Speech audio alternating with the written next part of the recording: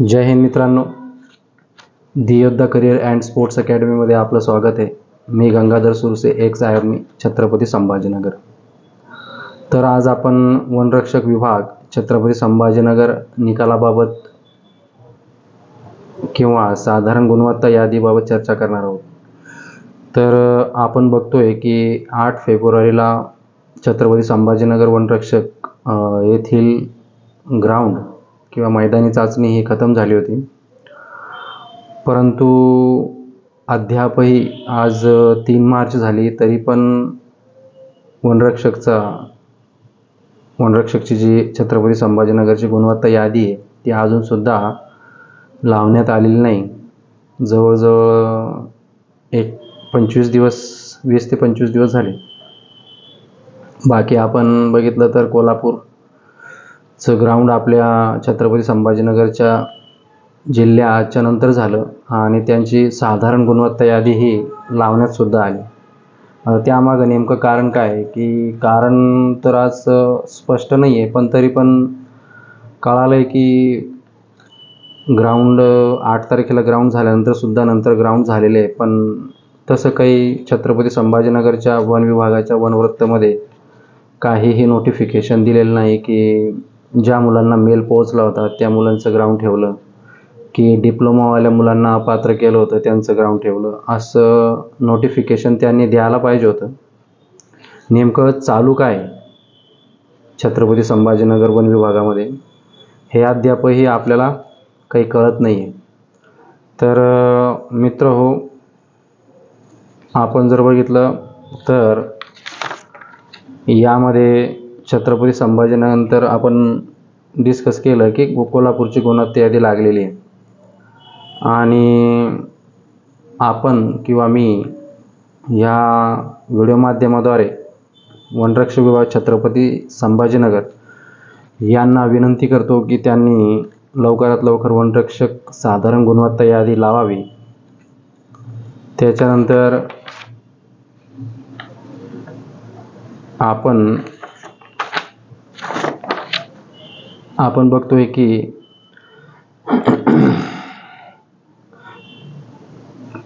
आता नेमकं पुढं करायचं काय. तर नेमकं पुढं एक 2-3 पॉईंट आपण बघू. त्याच्यामध्ये वन विभागाने त्यांचा मोबाईल नंबर दिलेला आहे, तर सर्वांनी त्याच्यावरती कॉल करावे.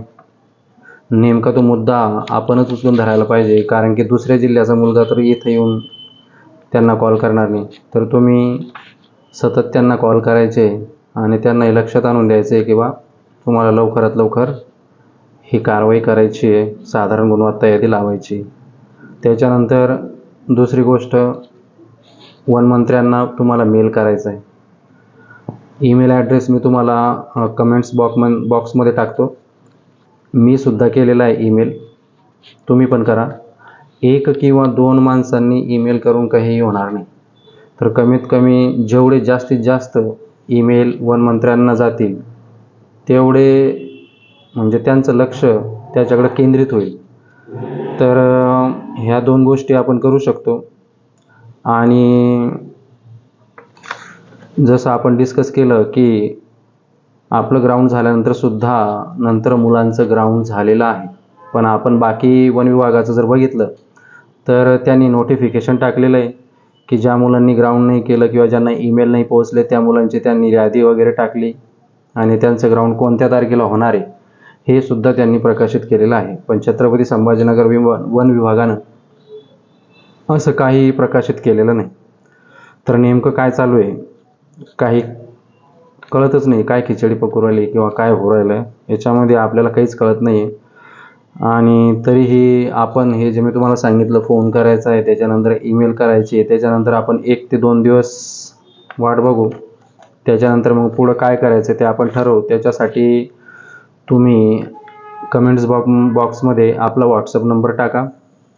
त्याच्यानंतर मग आपण पुढची स्ट्रॅटेजी तयार करू. नेमकं करायचं काय.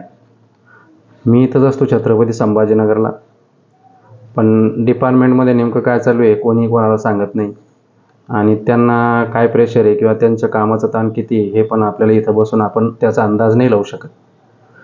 तर ज्याचे कामं त्यालाच माहीत असतात. तर त्यामध्ये तुम्ही मला व्हॉट्सअप नंबर ग्रुपला टाका. मग आपण एक ग्रुप बनवू आणि त्याच्यावरती पुढं आपण प्लान करू किंवा स्ट्रॅटेजी करू आणि नियोजन करू की नेमकं आता आपल्याला पुढं करायचं काय. त्यानंतर आपण बघितलं की आता 2-3 दिवसापूर्वी महाराष्ट्र पोलीसची ॲड आली. तर कसं आहे की ज्या मुलांना कळालं की बा आपलं सिलेक्शन पक्कं आहे, ते मुलं पोलीस भरतीला फॉर्म नाही भरणार. तो पण एक फायदा होईल लवकर गुणवत्ता यादी लावण्याचा. आणि ज्यांना असं वाटतं की माझं नाही होणार, तर ते आपल्या पुढच्या प्रिपरेशनला लागतात मुलं. पण तुम्ही जर रिझल्ट वगैरे जर पेंडिंग ठेवले, तर मग मुलांचं मनोबल कुठंतरी कमी होतं. तर आपली लढाई आपल्यालाच लढावं लागणार आहे. तर त्यासाठी मी जे सांगितलं तुम्हाला, एक तर तुम्हाला फोन करायचा आहे, वनमंत्र्यांना ईमेल करायचा आहे. त्याच्यानंतर तुम्ही मला मोबाईल नंबर कमेंट्समध्ये टाका. मग आपण एक ग्रुप बनवू आणि त्याच्यानंतर मग त्या ग्रुपवरती आपण ठरवू की नेमकं आता आपल्याला पुढचं पाऊल काय उचलायचं आहे. आणि नक्कीच तुम्हाला जर माहिती आवडली असेल तर याला जास्तीत जास्त शेअर करा आणि आपला मोबाईल नंबर कमेंट्समध्ये टाका आणि आपल्या चॅनलला लाईक करा आणि सबस्क्राईब करा. जय हिंद.